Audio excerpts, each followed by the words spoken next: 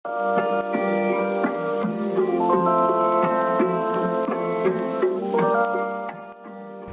pagi kawan-kawan semua. Perkenalkan, kami dari kelompok 9 yang beranggotakan saya sendiri, Diandra Ecenayoan dengan NIM 1910123220038. Lalu ada Fitria Rahma dengan NIM 1910123220027.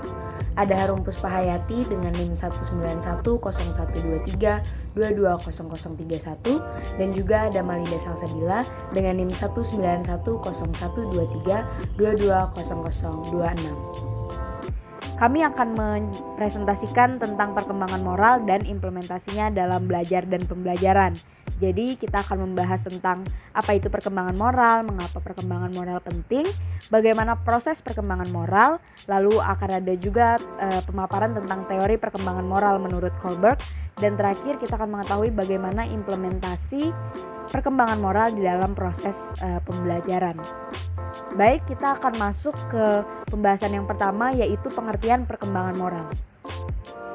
Istilah moral itu sendiri berasal dari bahasa Latin mos atau moris, yang berarti adat istiadat, peraturan atau nilai-nilai ataupun tata cara kehidupan. Sedangkan moralitas merupakan kemauan untuk menerima dan melakukan peraturan, nilai-nilai atau prinsip-prinsip moral tersebut. Jadi kalau moral itu intinya adat istiadat, peraturan. Nah, kalau moralitas adalah kemampuan melakukan adat istiadat tersebut. Nah, nilai-nilai moral yang dimaksud di sini seperti yang pertama, seruan untuk berbuat baik kepada orang lain, dan yang kedua adalah larangan untuk berbuat buruk. Jadi seseorang dapat dikatakan bermoral apabila tingkah lakunya sesuai dengan kedua hal tadi, dan juga kembali ke peraturan yang ditentukan oleh lingkungan sosialnya. Nah, perilaku moral itu sendiri adalah perilaku yang sesuai dengan kode moral kelompok sosial. Perilaku moral dikendalikan oleh konsep-konsep moral. Konsep-konsep moral itu apa? Konsep-konsep moral itu adalah peraturan perilaku yang telah menjadi kebiasaan bagi seluruh anggota di suatu kelompok tertentu. Nah, konsep-konsep moral inilah yang menentukan perilaku yang diharapkan dari anggota kelompok. Jadi dalam konsep-konsep moral ini ada peraturan yang harus dilakukan oleh setiap anggota kelompok. Nah, dalam mempelajari perihal moralitas ada 4 hal penting yang harus kita perhatikan. Yang pertama adalah mempelajari apa yang diharapkan kelompok sosial dari anggotanya sebagaimana dicantumkan dalam hukum, peraturan, dan kebiasaan. Jadi yang paling pertama adalah kita tahu dulu apa sih isi peraturannya, apa isi hukumannya, apa kebiasaan kelompok sosial ini, dan apa tujuannya, apa yang diharapkan dari adanya menaati peraturan-peraturan tersebut. Contohnya, dilarang mengambil milik orang lain. Kenapa? Karena itu akan mengganggu kesejahteraan kelompok. Karena itu akan merugikan orang lain. Nah, itu tujuannya ada dan peraturannya ada. Jadi itu dulu hal pertama yang harus kita ketahui. Kemudian yang kedua adalah mengembangkan hati nurani. Di sini hati nurani itu adalah kendali internal bagi perilaku individu. Jadi hati nurani itu bisa merasakan mana tindakan yang baik dan tindakan yang salah, mana yang merugikan orang lain dan mana yang menyenangkan atau menguntungkan orang lain. Yang ketiga, belajar mengalami perasaan bersalah ataupun rasa malu bila perilaku individu tidak sesuai dengan harapan kelompok. Nah, rasa bersalah dan rasa malu itu seperti evaluasi diri dan bagaimana dia melihat dirinya sendiri, menilai dirinya sendiri terhadap perilaku yang baru saja dia lakukan. Kalau orang tidak punya rasa bersalah ataupun rasa malu, dia akan selalu menganggap dirinya benar dan dia akan berbuat sesuka hatinya, tidak mengikuti peraturan kelompok. Itu akan menghambat perkembangan moralnya. Kemudian yang terakhir adalah mempunyai kesempatan untuk melakukan interaksi sosial agar belajar apa saja yang diharapkan oleh anggota kelompok. Tanpa interaksi, kita sebagai makhluk sosial nggak akan bisa berkembang dengan baik. Apalagi kalau nggak ada interaksi, kita nggak akan tahu apa sih sebenarnya yang diinginkan oleh kelompok sosial ini terhadap perilaku kita. Nah, itu tadi adalah 4 hal yang harus kita perhatikan dalam mempelajari moralitas. Perkembangan moral itu tergantung pada perkembangan kecerdasan. Maksudnya adalah perkembangan moral terjadi dalam tahapan yang berkaitan dengan perkembangan kecerdasan. Pada waktu perkembangan kecerdasan mencapai tingkat kematangannya, perkembangan moral juga harus mencapai tingkat kematangannya. Tapi ada juga individu-individu yang perkembangan kecerdasannya meningkat tapi perkembangan moralnya tidak. Nah, dia ini dianggap sebagai orang yang belum matang secara moral, atau bisa juga disebut bahwa seseorang itu secara individual dia bisa berperilaku moral tapi tidak bisa menerapkannya. Jadi dia tahu bahwa perilaku itu benar tapi dia tidak melakukannya, dan dia tahu bahwa perilaku itu salah tapi dia melakukannya. Nah, di sini terbukti bahwa pengetahuan tentang moral itu tidak menjamin bahwa seseorang akan berperilaku moral. Nah, ini dipengaruhi oleh beberapa faktor seperti tekanan sosial atau bagaimana orang sekitar memperlakukan mereka. Kayak misalnya kalau kamu misalnya nih dibilang kalau misalnya kamu nggak merokok, kamu jangan temenan sama kita. Nah, ini merupakan tekanan sosial gitu ya, supaya kamu bisa jadi sama kayak kita, kamu harus begini padahal tahu itu salah kayak gitu. Atau bisa juga disebabkan oleh keinginan yang muncul pada saat itu, kayak orang nggak bisa berpikir panjang, terdesak, itu mereka akan melakukan tindakan-tindakan yang tidak sesuai dengan moral. Jadi faktornya banyak kenapa orang tuh ada yang pada dasarnya dia cerdas tapi dia tidak perilaku moralnya belum matang gitu. Jadi ada begitu banyak faktornya. Nah, agar moralitas itu bisa mencapai perkembangan yang baik, perkembangan moralitas itu harus terjadi dalam 2 fase, yaitu fase perkembangan perilaku moral dan perkembangan konsep moral.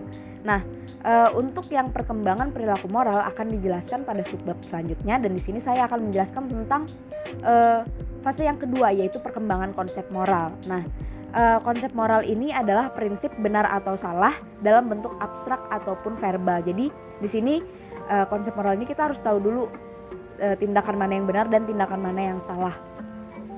Bagi anak sendiri, terutama anak yang tingkat pemahamannya masih sederhana, itu cukup sulit kalau mau mempelajari tentang konsep moral ini. Karena tingkat pemahamannya itu kan masih sederhana, mereka belum bisa berpikir secara abstrak. Mereka pikirannya itu spesifik gitu loh. Jadi contohnya mereka mendefinisikan perilaku yang baik itu adalah membantu ibu, sementara perilaku yang tidak baik itu tidak membantu ibu. Nah gitu. Tapi pada saat mereka sudah mencapai usia yang matang, konsep-konsep moral yang mereka pahami ini lebih umum, tidak sespesifik pada saat mereka masih kecil. Jadi contohnya nih, pada saat kecil mereka menganggap mencuri mainan itu salah. Tapi pada saat mereka bertumbuh dan berkembang, mereka sudah mulai paham mengenai konsep-konsep moral. Mereka sadar bahwa mencuri itu salah, mencuri apapun itu salah, tidak hanya suatu objek tertentu saja. Nah, nilai moral sendiri pada anak-anak ini cenderung berubah tergantung dengan lingkungan sosialnya. Karena di lingkungan sosial ini kan mereka bertemu dengan teman sebayanya yang lain yang mendapatkan pengajaran ataupun nilai-nilai moral yang berbeda di rumah. Jadi mereka bisa cenderung mengikuti nilai-nilai moral yang ada pada lingkungan sosialnya. Terutama pada saat mereka sudah mulai remaja, tekanan sosial itu sangat berpengaruh gitu ya. Mereka akan mengikuti teman-temannya dibandingkan orang tuanya. Jadi nilai-nilai moral ini masih berubah. Nah, faktor-faktor yang mempengaruhi perkembangan moral itu salah satunya dipengaruhi oleh lingkungan. Pendidikan pertama kali itu didapatkan melalui keluarga. Itu jadi di sini dalam mengembangkan moral anak, peranan orang tua itu sangat penting, terutama pada waktu anak masih kecil. Nah, ada beberapa sikap orang tua yang perlu diperhatikan untuk membantu perkembangan moral anaknya. Yang pertama adalah konsisten dalam mendidik anak. Nah, konsisten ini adalah misalnya satu tindakan itu dilarang, sudah dilarang. Pada saat mereka melakukan yang kedua, jangan diberi kelonggaran. Jadi harus konsisten, jangan melonggarkan cuma karena alasan tertentu gitu. Kemudian yang kedua, sikap orang tua dalam keluarga. Anak-anak ini kan mereka cenderung mencontoh, mengikuti perilaku orang yang lebih tua atau orang lain di sekitarnya. Jadi kalau kita mau perkembangan moral anak kita itu baik, kita harus berikan contoh yang baik juga. Jangan kita yang ngasih peraturan, tapi kita juga yang melanggar peraturan tersebut. Nah, di sini juga harus dilihat pola asuhnya terhadap anak tersebut bagaimana. Jadi itu sangat berpengaruh terhadap perkembangan moral anak. Kemudian yang ketiga adalah penghayatan dan pengalaman agama yang dianut. Nah, orang tua juga harus mengajarkan anak mengenai ajaran-ajaran agamanya, karena semua agama itu kan mengajarkan kebaikan. Nah, ini juga bisa menjadi patokan perkembangan moral yang baik itu seperti apa. Dan yang keempat, sikap orang tua dalam menerapkan norma. Nah, itu masih berhubungan dengan poin yang pertama dan yang kedua, bahwa orang tua kalau misalnya nggak mau anaknya berbohong, jangan berbohong. Intinya adalah menjadi contoh. Jadi Di sini orang tua memang yang berperan sangat penting terhadap perkembangan moral anak, terutama pada saat anak masih kecil. Nah, proses perkembangan moral akan dijelaskan selanjutnya oleh teman saya. Mungkin itu saja yang saya sampaikan. Terima kasih. Assalamualaikum warahmatullahi wabarakatuh. Perkenalkan, nama saya Fitria Rahmah dengan NIM 1910123220027. Di sini saya akan melanjutkan materi dari saudara Diandra tentang perkembangan moral. Nah, perkembangan moral bergantung dari perkembangan kecerdasan. Perkembangan moral terjadi dalam tahapan yang berkaitan dengan tahapan perkembangan kecerdasan. Dengan bertambahnya kemampuan menangkap dan mengerti dalam kecerdasannya, tingkat perkembangan moral anak pun juga meningkat ke arah yang lebih tinggi. Pada waktu perkembangan kecerdasan mencapai tingkat kematangannya, perkembangan moral juga harus mencapai tingkat kematangannya. Bila hal ini tidak terjadi, individu dianggap sebagai salah seorang yang belum matang secara moral. Atau dapat dikatakan bahwa seseorang itu secara intelektual mampu berperilaku secara matang, namun perilaku moralnya masih pada tingkat anak-anak. Nah, agar moralitas yang baik dapat tercapai, perkembangan moral harus terjadi dalam dua fase, yaitu fase perkembangan perilaku moral dan perkembangan konsep moral. Pengetahuan tentang moral tidak menjamin bahwa seseorang akan berperilaku moral, karena perilaku dapat dimotivasi dengan faktor lain, seperti tekanan sosial, perasaan tentang diri sendiri, bagaimana orang sekitar memperlakukan mereka, keinginan yang muncul pada saat itu, dan sebagainya. Kita masuk ke fase yang pertama, yaitu fase perkembangan perilaku moral. Anak dapat belajar untuk berperilaku sesuai dengan cara yang disetujui melalui cara coba ralat, melalui pendidikan langsung, atau melalui identifikasi. Di antara ketiganya, pendidikan langsung dan identifikasi merupakan metode yang terbaik dan yang paling banyak digunakan. Selanjutnya ada fase kedua, yaitu fase perkembangan konsep moral. Nah, dalam fase ini dipelajari tentang konsep moral, prinsip benar dan salah dalam bentuk abstrak dan verbal. Latihan dalam memahami prinsip moral tentu masih sulit dilakukan bagi anak kecil, sehingga harus menunggu kesiapan mental untuk mempersiapkan prinsip benar salah tersebut. Karena anak prasekolah belum mampu untuk berpikir secara abstrak. Mereka mendefinisikan perilaku baik dalam bentuk tindakan tertentu, seperti misalnya mematuhi ibu atau membantu orang lain. Sedangkan perilaku buruk adalah tidak melakukan hal-hal tersebut. Pada waktu anak telah mencapai umur yang cukup matang, konsep-konsep moral yang mereka pahami bersifat lebih umum. Contohnya, mereka menyadari bahwa mencuri itu salah dan bukannya bahwa salah untuk mencuri sebuah bola atau mencuri sebuah bola itu salah. Nah, generalisasi dari konsep moral yang mencerminkan nilai sosial dikenal sebagai nilai moral. Nilai moral pada anak tidak statis. Nilai ini cenderung berubah seiring dengan bertambah usia, bertambah luasnya lingkup sosial anak, dan pergaulan dengan lebih banyak orang yang masing-masing dari mereka memiliki nilai yang berbeda di rumahnya.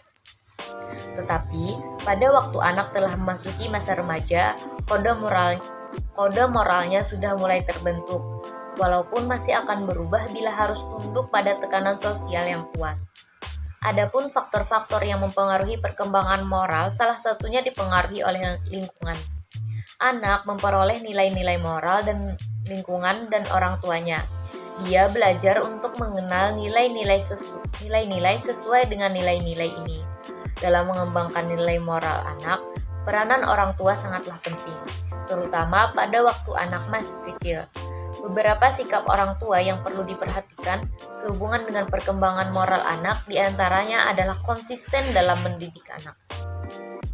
Nah, ayah dan ibu harus memiliki sikap dan perlakuan yang sama dalam melarang atau membolehkan tingkah laku tertentu kepada anak. Suatu tingkah laku anak yang dilarang oleh orang tua pada suatu waktu harus juga dilarang apabila melakukan kembali pada waktu yang lain. Yang kedua, ada sikap orang tua dalam keluarga. Secara tidak langsung, sikap orang tua terhadap anak, sikap ayah dan ibu atau sebaliknya dapat mempengaruhi perkembangan moral anak, yaitu melalui proses peniruan atau imitasi. Sikap orang tua yang keras atau otoriter cenderung melahirkan sikap disiplin pada anak. Adapun sikap acuh tak acuh atau sikap masa bodoh cenderung mengembangkan sikap kurang bertanggung jawab dan kurang memperdulikan norma pada diri anak. Sikap yang sebaiknya dimiliki oleh orang tua yaitu sikap kasih sayang, keterbukaan, musyawarah, dan konsisten. Selanjutnya yang ketiga ada penghayatan dan pengalaman agama yang dianut. Di sini orang tua merupakan panutan atau teladan bagi anak, termasuk di sini panutan dalam mengamalkan ajaran agama. Orang tua yang menciptakan iklim yang religius atau agamis dengan cara memberikan ajaran atau bimbingan tentang nilai-nilai agama kepada anak. Maka, anak akan mengalami perkembangan moral yang baik. Nah, yang terakhir, ada sikap orang tua dalam menerapkan norma. Orang tua tidak menghendaki anaknya berbohong atau berperilaku tidak jujur, maka mereka harus menjauhkan dirinya dari perilaku berbohong atau tidak jujur. Demikian presentasi dari saya. Selanjutnya akan dilanjutkan oleh teman saya. Assalamualaikum warahmatullahi wabarakatuh. Saya Harum Puspahayati. Di sini saya akan menjelaskan tentang proses perkembangan moral. Perkembangan moral dapat berlangsung melalui beberapa cara.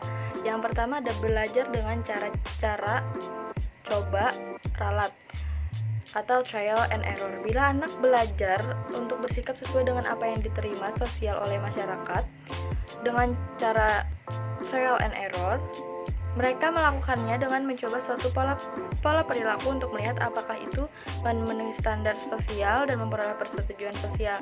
Bila tidak, mereka akan mencoba metode lain dan seterusnya hingga suatu saat secara kebetulan dan bukan karena direncanakan, mereka akan menemukan metode yang memberi hasil yang diinginkannya.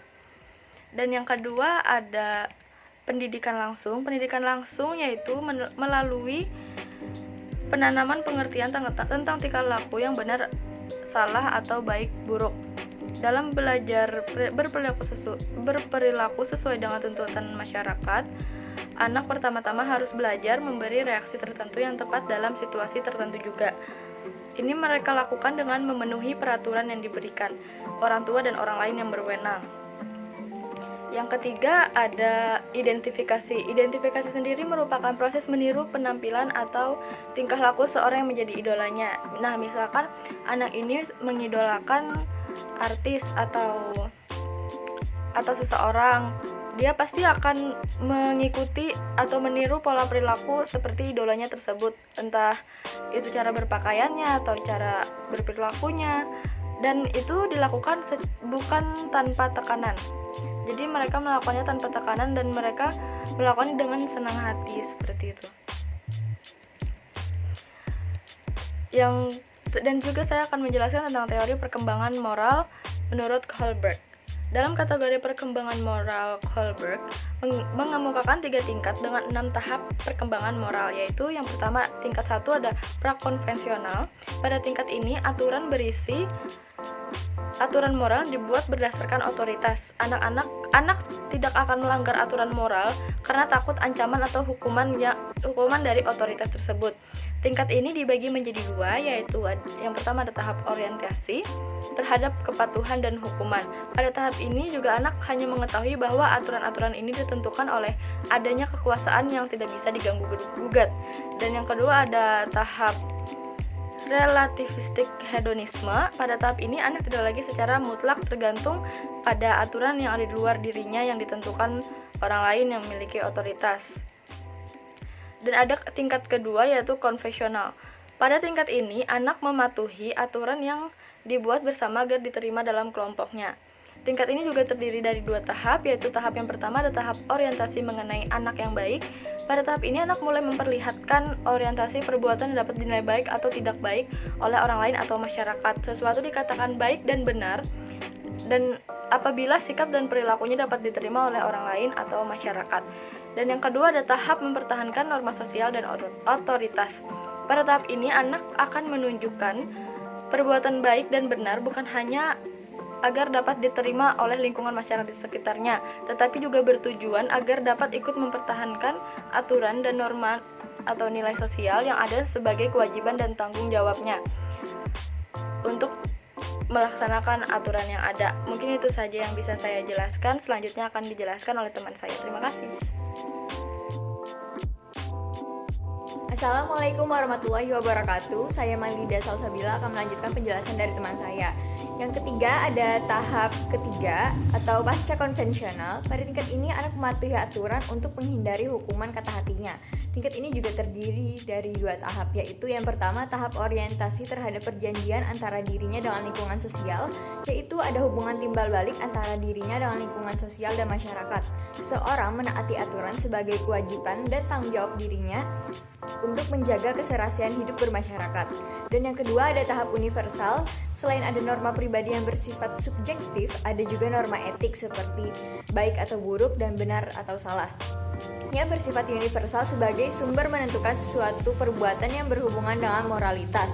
Teori perkembangan yang dimukakan Kohlberg menunjukkan bahwa sikap dan perilaku moral bukan hasil sosialisasi atau pelajaran yang diperoleh dari kebiasaan yang berhubungan dengan nilai kebudayaan semata, tetapi juga terjadi sebagai akibat dari aktivitas spontan yang dipelajari dan berkembang melalui interaksi sosial anak dengan lingkungannya.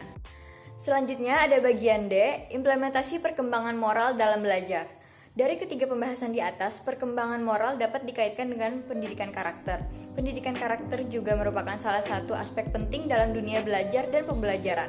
Pengetahuan yang baik didukung karakter dan perilaku yang baik pula. Oleh sebab itu, ada beberapa implementasi perkembangan moral dalam belajar, terutama dalam pendidikan karakter. Menanamkan pendidikan karakter berdasarkan pada perkembangan moral tidak akan efektif jika guru atau pendidik tidak memahami usia anak dan bagaimana proses perkembangan moral di usia tersebut. Pendidik harus memahami apa yang telah dicapai dan apa yang akan dicapai dalam tugas perkembangan peserta didik, terutama pada aspek moral. Teori perkembangan moral Kohlberg di atas tentu dapat menjadi pedoman bagi pendidik agar mudah mengimplementasikan pendidikan karakter sesuai kondisi peserta didik. Pernyataan di atas dapat digambarkan sebagai berikut. Contoh, ketika seorang guru membimbing anak yang berusia 4-10 tahun, maka guru harus memahami bahwa anak tersebut sedang berada dalam tahap perkembangan moral prakonvensional. Dalam tahap ini, anak seringkali berperilaku baik sesuai dengan peraturan baik dan buruk suatu perilaku. Namun, ia menafsirkan hal dengan hukuman atau kebaikan yang akan didapatkannya. Dalam tahap ini juga, anak mulai menyadari bahwa pemahaman moral berorientasi pada hukuman dan kepatuhan dengan orientasi relativis instrumental, di mana perbuatan yang benar adalah perbuatan yang memenuhi kebutuhan individu atau orang lain. Maka dari itu, untuk membimbing anak yang perkembangan moralnya pada tahap ini, guru atau pendidik bisa memberikan pemahaman mengenai hubungan sebab dan akibat ataupun hubungan yang bersifat timbal balik dalam suatu perilaku. Contoh, jika tidak ribut, maka diperbolehkan keluar kelas lebih dulu. Namun, jika guru menegur anak yang gaduh dengan alasan agar tidak mengganggu konsentrasi temannya, hal ini akan sulit dipatuhi karena kurang memberi dampak pada mereka. Perlakuan guru di atas tidak berlaku saat diterapkan pada anak berusia di atas 13 tahun, yang sedang dalam tahap post-konvensional atau pasca konvensional. Pada usia ini, anak lebih berorientasi pada perbuatan yang benar dari segi hak-hak bersama dan peraturan yang sudah disepakati oleh seluruh masyarakat.